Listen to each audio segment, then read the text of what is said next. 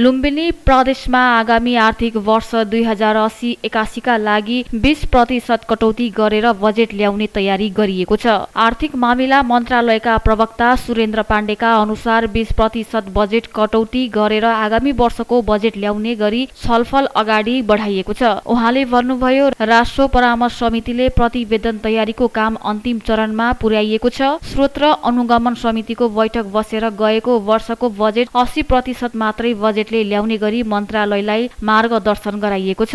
अहिले प्री बजेटमा छलफल चलिरहेको भन्दै बजेट सीमा निर्धारण अन्तिम चरणमा पुगेको प्रदेश योजना आयोगका प्रमुख प्रशासकीय अधिकृत पोषण राज भण्डारीले बताउनुभयो। अहिले प्री बजेट छलफल चलिरहेको छ। बजेटको सीमा निर्धारणको अन्तिम चरणमा पुगेको छ। उहाँले भन्नुभयो, बजेटमा मार्ग निर्देशन वितरण भएको छ। गत वर्ष रु 42 अर्ब 63 करोड 57 लाख बजेट आएको थियो, तर यस वर्ष सोही बजेटको 20% कटौती गर्ने गरी प्री बजेटमा छलफल भइरहेको उहाँको भनाइ छ। विगतको बजेटमा 20% कटौती भएमा रु 34 अर्ब 10 करोडको हाराहारीमा बजेट आउनेछ। यस वर्ष नयाँ योजना थप्ने भन्दा पनि विगतका ठूलो योजनालाई पूरा गर्नेतर्फ बजेट केन्द्रित हुने उहाँले बताउनुभयो। विगतका जस्ता साना योजना कटौती हुनेछन्। समृद्धि, रोजगारी र गरिबी निवारण नै मुख्यमन्त्रीको प्राथमिकता रहेकोले यसकै सेरोफेरोमा बजेट आउने सम्भावना रहेको उहाँले बताउनुभयो। तर यो कुरा नीति तथा कार्यक्रमपछि मात्रै थाहा हुने बताउनुभयो। राष्ट्रिय लक्ष्य पनि आर्थिक समृद्धि र रोजगारी नै भएकोले यसतर्फ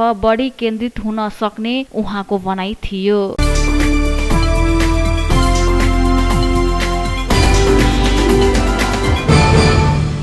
देउखुरीको राप्ती गाउँपालिकाले दलित लक्षित कार्यक्रम अन्तर्गत विपन्न दलित युवाहरूलाई सिप प्रदान गरी स्वरोजगार बनाउने उद्देश्यले 1 महिने मोटर ड्राइभिङ तालिम दिन सुरु गरेको छ।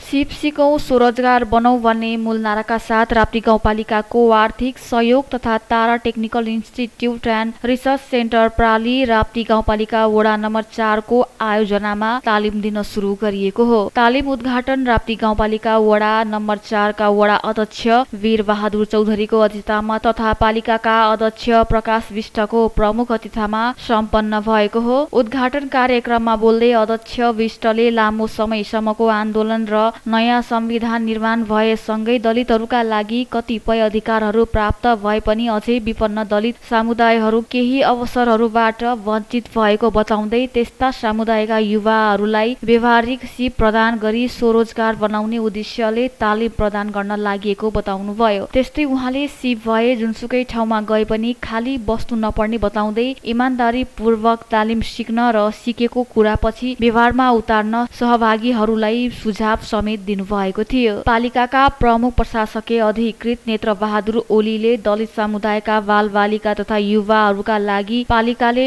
मोटर ड्राइभिङ, कम्प्युटर तालिम लगायतका विभिन्न दलित लक्षित कार्यक्रमहरू सञ्चालन गर्दै आइरहेको बताउनुभयो। त्यस्तै उद्घाटन कार्यक्रममा पालिकाका वडा नम्बर 9 का वडा अध्यक्ष रिम बहादुर सुनारी मगर, वडा नम्बर 2 का निवर्तमान वडा अध्यक्ष जगत थापा, लेखा अधिकृत धनप्रसाद शर्मा, युवा शिक्षा तथा खेलकुद शाखाका शाखा प्रमुख विश्वास विक, महिला बाल बालिका तथा ज्येष्ठ नागरिक शाखाकी प्रमुख जीवन कुमारी जीसी, प्रणीकरण शाखाका प्रमुख नारायण बहादुर रावत लगायतको सहभागिता रहेको थियो। पालिकाका भित्रका 11 जना प्रशिक्षार्थीहरूको सहभागिता रहेको कार्यक्रमको सञ्चालन Tara technical institute and research centre प्रालीका सञ्चालक तारा प्रसाद भुषालले गर्नुभएको थियो।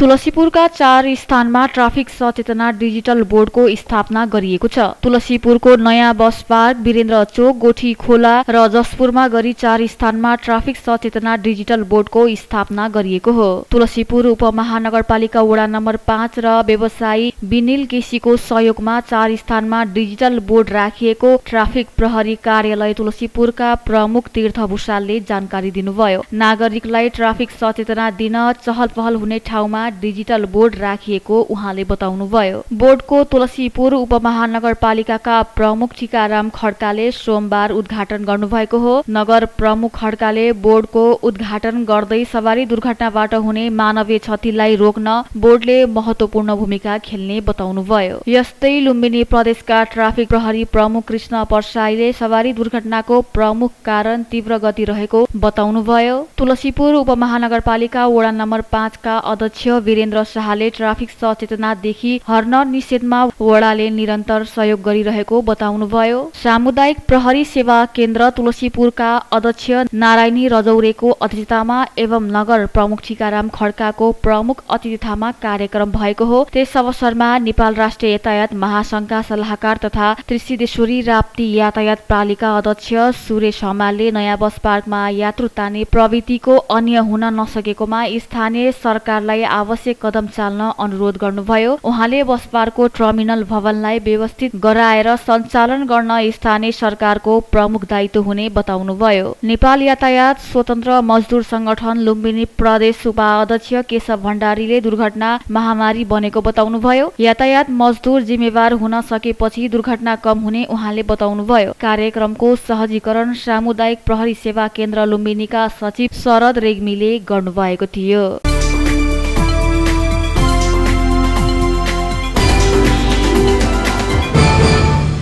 चलचित्र विकास बोर्डले प्रथम राष्ट्रिय बाल चलचित्र महोत्सव आयोजना गर्ने भएको छ। बोर्डको मंगलबार बसेको बैठकले आगामी असार 1, 2 र 3 गते दाङमा बाल चलचित्र महोत्सव गर्ने निर्णय गरेको प्रवक्ता एकल बुढाथोकीले जानकारी दिए। महोत्सवको संयोजकमा बुढाथोकीलाई तोकिएको छ। उक्त महोत्सवमा बालबालिकासँग सम्बन्धित तथा बालबालिकाले नै बनाएका लामा तथा छोटा शिक्षामूलक फिल्मको प्रदर्शनी हुनेछ। साथै फिल्म ज्ञान सम्बन्धी हाजिरी जवाफ प्रतियोगिता, पुस्तक प्रदर्शनी एवं फोटो प्रदर्शनी तथा चलचित्र नृत्य प्रतियोगिता समेत हुने बुढाथोकीले जानकारी दिए। महोत्सवमा बालबालिकासँग भुवन केसी कार्यक्रम समेत गरिने जनाइएको छ। बालबालिका माझ फिल्मको माध्यमबाट शिक्षा र संस्कृतिलाई अगाडि बढाउने, फिल्म अभ्यास गराउने, बाल फिल्म क्लब गठन तथा सञ्चालनमा प्रोत्साहन गर्ने महोत्सवको उद्देश्य छ।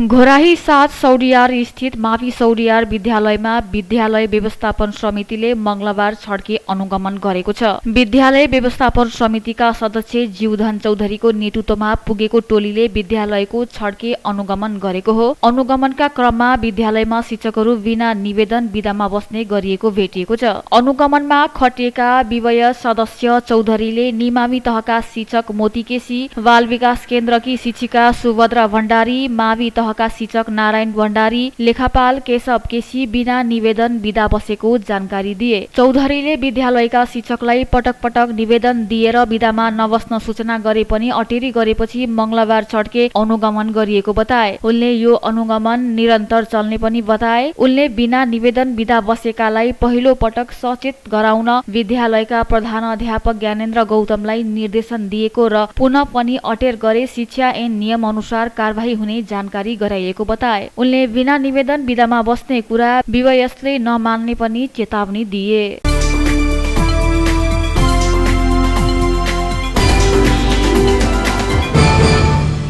अर्घखाँचीको जंगलमा आगो लगाउने 4 जना पक्राउ परेका छन्। भूमिका स्थान नगरपालिका 2 तीरतिरे खोलाको जंगलमा आगो लगाउने 4 जनालाई पक्राउ गरेको जिल्ला प्रहरी कार्यालयका प्रमुख मुकुन्द प्रसाद रिजालले जानकारी दिनुभयो। पक्राउ पर्नेमा भूमिका स्थान नगरपालिका 2 निवासी 36 वर्षीय दिनेश थापा, सोही ठाउँ निवासी 18 वर्षीय दीपक विक, 70 वर्षीय देवीराम बेलवासे र 36 वर्षीय धर्मराज बेलवासे रहेका छन्। वैशाख 26 गते देवीराम र पिताम्बरी 2 दाजुभाइ घाँस काटेर फर्किने क्रममा उक्त जंगलमा बँदेल लगाए जंगली जनावरले शास्ति दिएको भन्दै आगो लगाएको र दिनेश थापा र दीपक विकललाई फोन गरेर पारिपट्टिको जंगलमा पनि आगो लगाउन भनेको बयान दिएको प्रमुख रिजालले बताउनुभयो। मुलुकी अपराध संहिता 2074 परिक्षेत्र 12 ज्यान सम्बन्धी कसुरको दफा 182 र हेलचक्राई गरी ज्यान मार्न नहुने 3 उपदफा 1 मा लेखिकदेखि बाहेक कसैको ज्यान मार्न सक्छ जस्तो नदिएको नभएको अवस्थामा कसैले कुनै काम गर्दा भविष्यमा परि कसैको ज्यान गएमा निजलाई महिनादेखि 2 वर्षसम्म कैद वा 20,000 रुपैयाँसम्म जरिवाना वा दुवै सजाय हुने उल्लेख छ। उनीहरू चारैजनालाई वैशाख 31 गते पक्राउ गरी ज्यान सम्बन्धी कसुर मुद्दा दर्ता गरी घटनाबारे थप अनुसन्धान भइरहेको प्रमुख रिजालले बताउनुभयो। उक्त जंगलमा लागेको डढेलो 81 बस्तीमा पस्दा 4 जना जलेर मृत्यु भएको थियो। जंगलबाट सल्किएको आगो स्थानीय 55 वर्षीय पदम बेलवासेको टिनले छाएको 2 तले कच्ची घरमा आगलागी भएको थियो। सोही घरको आगो निभाउने क्रममा घर धनी पदम बेलवासे, 36 वर्षीय माधव बेलवासे, 52 वर्षीय घनश्याम बेलवासे, 72 वर्षीय पिताम्बर बेलवासेको उपचारका क्रममा मृत्यु भएको थियो। त्यस्तै आगलागीमा परेर गम्भीर घाइते भएकी 26 वर्षीय अस्मिता बेलवासेको अवस्था सामान्य छ। उनी अस्पतालबाट डिस्चार्ज भएको अस्पताललाई उद्धत गर्दै प्रहरीले बताएको छ।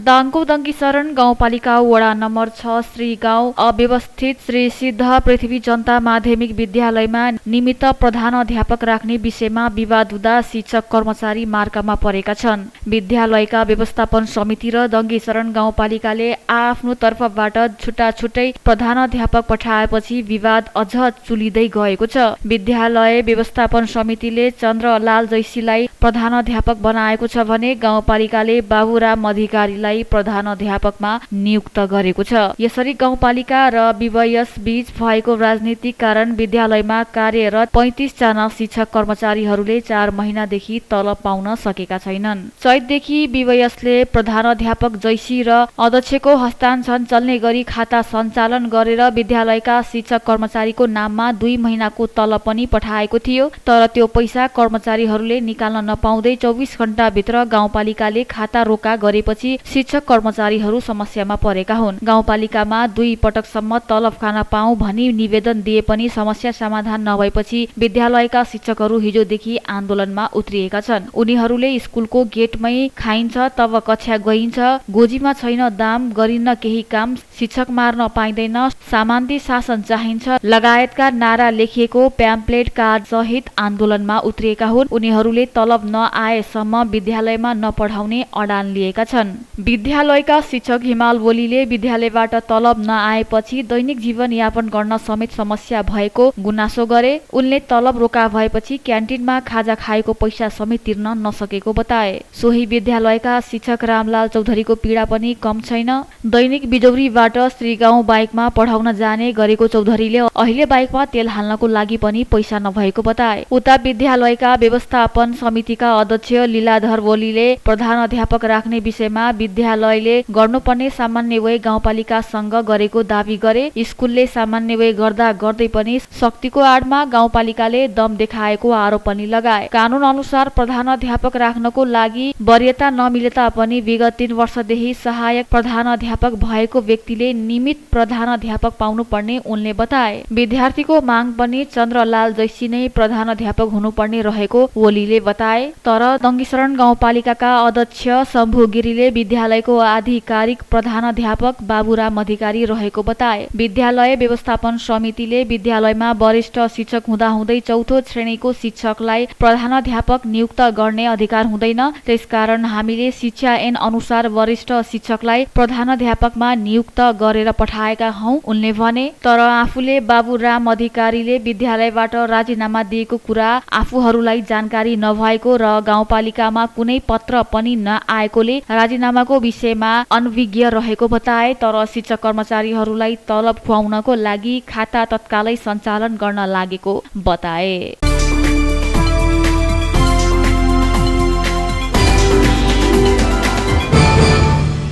भारतबाट पेट्रोलियम पदार्थको मूल्य घटेर आएको छ। भारतीय आयल कर्पोरेसनले पठाएको नयाँ मूल्य सूची अनुसार पेट्रोलियम पदार्थको मूल्य घटेर प्राप्त भएको नेपाल आयल निगमले जनाएको छ। मंगलबार प्राप्त नयाँ मूल्य सूचीमा डिजलको मूल्य प्रति लिटर 8 रुपैयाँ भन्दा केही बढी र पेट्रोलको मूल्य करिब 9.5 रुपैयाँले घटेर आएको निगमका प्रवक्ता मनोज कुमार ठाकुरले जानकारी दिए। आईईओसीले डिजल र पेट्रोलको मूल्य हरेक 15 दिनमा र अन्य पेट्रोलियम पेट्रोलियम पदार्थको नयाँ मूल्य सूची एक महिनामा पठाउने गरेको छ। आईईओसीले पठाएको नयाँ मूल्य सूची अनुसार उपभोक्ता मूल्य के हुने भन्ने बारे छलफल र प्रस्ताव तयार भइरहेको निगमका प्रवक्ता ठाकुरले बताउनुभयो। सञ्चालक समितिले उपभोक्ता मूल्य घटाउने वा नघटाउने निर्णय गर्ने उनले बताए। हाल डिजलको उपभोक्ता मूल्य प्रति लिटर 165 रुपैयाँ र पेट्रोलको 175 रुपैयाँ रहेको छ।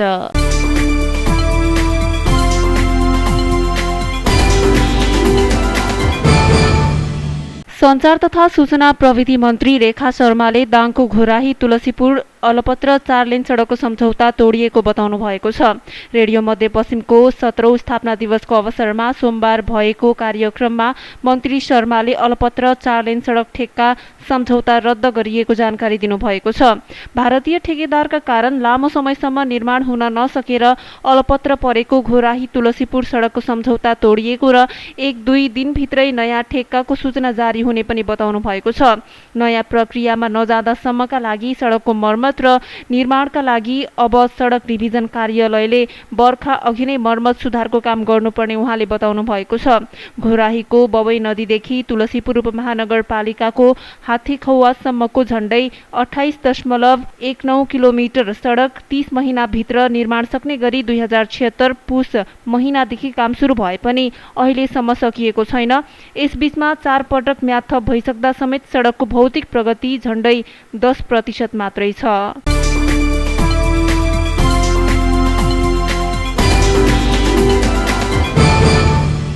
नागरिक समाज दाङले नेपाल सरकारका प्रवक्ता तथा संघीय सूचना तथा सञ्चार मन्त्री रेखा शर्मालाई ध्यानाकर्षण पत्र बुझाएको छ।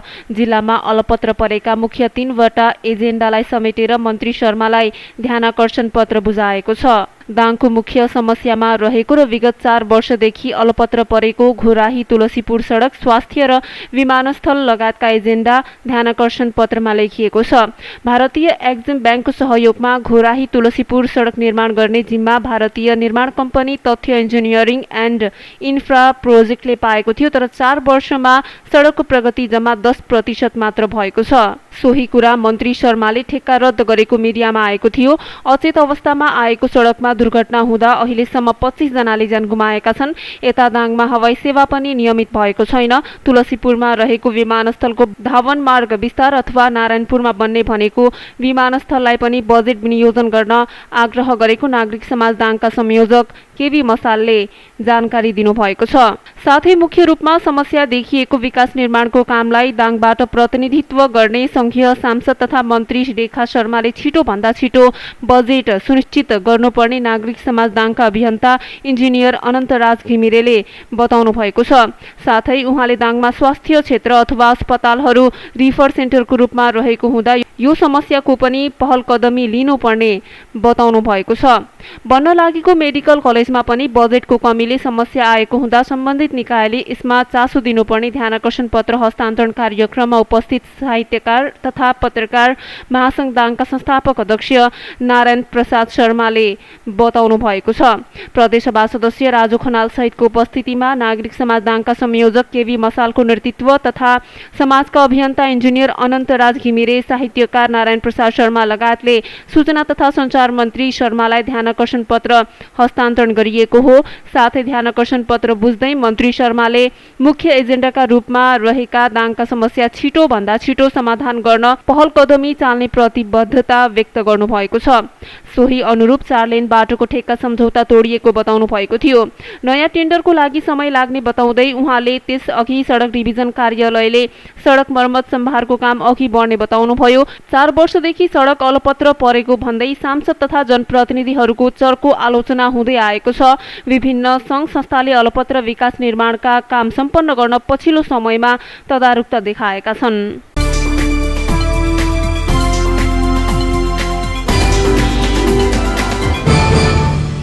सर्वोच्च अदालतले अयोग्य लडाकुलाई जनही 2 लाख रुपैयाँ दिने सरकारको निर्णय तत्काल कार्यान्वयन नगर्न अल्पकालीन अन्तरिम आदेश जारी गरेको छ। ज्ञानेन्द्र आरण सहितको रिट निवेदनमा आज मंगलबार सुनवाई गर्दै सर्वोच्च अदालतका न्यायाधीश कुमार रेग्मीको इजलासले अल्पकालीन अन्तरिम आदेश जारी गरेको हो। यस्तै सर्वोच्चले सरकारलाई कारण देखाउ आदेश दिँदै रिट निवेदक र सरकारी पक्षलाई सुनवाईका लागि जेठ 8 गते बोलाएको छ। प्रधानमन्त्री पुष्पकमल दाहाल प्रचण्डले नेकपा एमाले राष्ट्रिय स्वतन्त्र पार्टी र राप्रपा सरकारबाट बाहिरिएपछि 16 वटा मन्त्रालय आफैले सम्हालेको बेला मन्त्री परिषदबाट माओवादी सशस्त्र आन्दोलनका अयोग्य लडाकुलाई जनही 2 लाख रुपैयाँ दिने निर्णय गराउनु भएको थियो।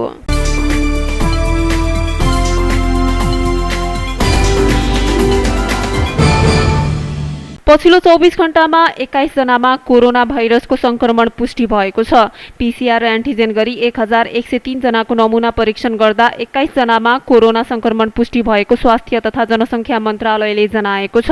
यही अवधिमा 24 जना कोरोना संक्रमित निको भएका छन्। यो सँगै नेपालमा कोरोना भाइरसका सक्रिय संक्रमितको संख्या 100 जनामा झरेको छ। सक्रिय संक्रमित मध्ये 10 जना आइसोलेसनमा, 1 जना आइसियुमा र 1 जना भेन्टिलेटरमा उपचाररत रहेका छन्। यस्तै 24 घण्टामा 20,903 जनाले कोरोना विरुद्धको खोप लगाएको स्वास्थ्य तथा जनसङ्ख्या मन्त्रालयले जनाएको छ।